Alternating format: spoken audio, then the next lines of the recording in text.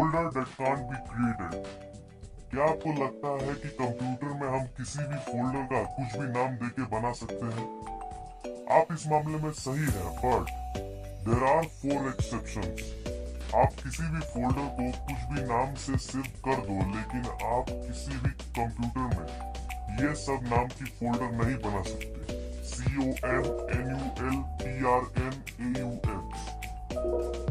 किसी को भी चैलेंज करो, आप बोलो कि इस नाम की फोल्डर बना के दिखाए, वो नहीं कर पाएगा। Number 2, make your computer speak and find your computers gender. क्या आप जानना चाहते हैं कि आपका कंप्यूटर या लैपटॉप एक मेल है या फीमेल? आप एक काम करो, ये सॉफ्टवेयर बना लो और इसमें कुछ टाइप करो। इस सॉफ्टवेयर में आप जो भी टाइप करोगे, कंप्यूटर उससे नरेट करेगा और उस वॉइस से आप पता लगा सकते हो कि कंप्यूटर एक मेल है या female. This is a really good product. अगर आपको ये सॉफ्टवेयर बनाना है तो मैंने कोड दे दिया है डिस्क्रिप्शन में।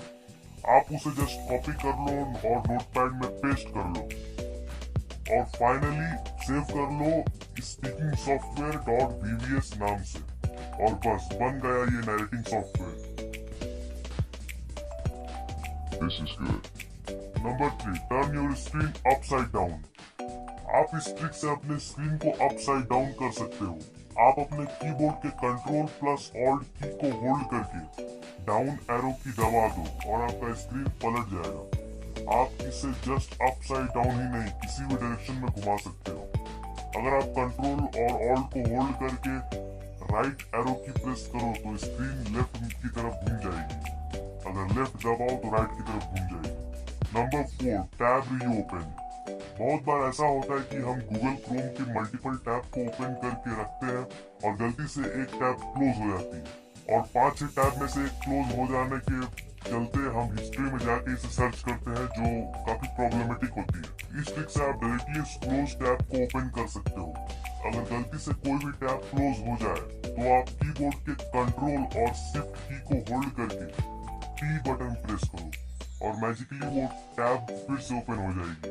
Number 5, YouTube pause play and forward with JKL। Generally आप YouTube को पॉज प्ले, बैकवर्ड और फॉरवर्ड करने के लिए अपने माउस का यूज करते हो। कोई भी YouTube वीडियो प्ले करते समय आप वीडियो को पॉज करने के लिए या फिर आगे पीछे बढ़ाने के लिए JKL बटन्स का भी यूज कर सकते हो। अगर आप K प्रेस करोगे तो वीडियो पॉज हो जाएगी और फिर से K प्रेस कर दोगे तो वीडियो वापस प्ले होने लगेगी। और अगर J प्रेस करोगे तो 10 सेकंड बैकवर्ड चल जाएगी और अगर K प्रेस करोगे तो 10 सेकंड फॉरवर्ड चल जाएगी। इस तरह आप वीडियो को आराम से कंट्रोल कर सकते हो बिना किसी माउस के यूज के। अगर वीडियो पसंद आया तो लाइक करना, कमेंट, शेयर भी कर देना और सब्सक्राइब तो जरूर करना, क्योंकि मैं ऐसे इंटरेस्टिंग कंटेंट्स लाता रहूंगा आपके लिए। Thanks for watching. See you in the next video. Bye bye.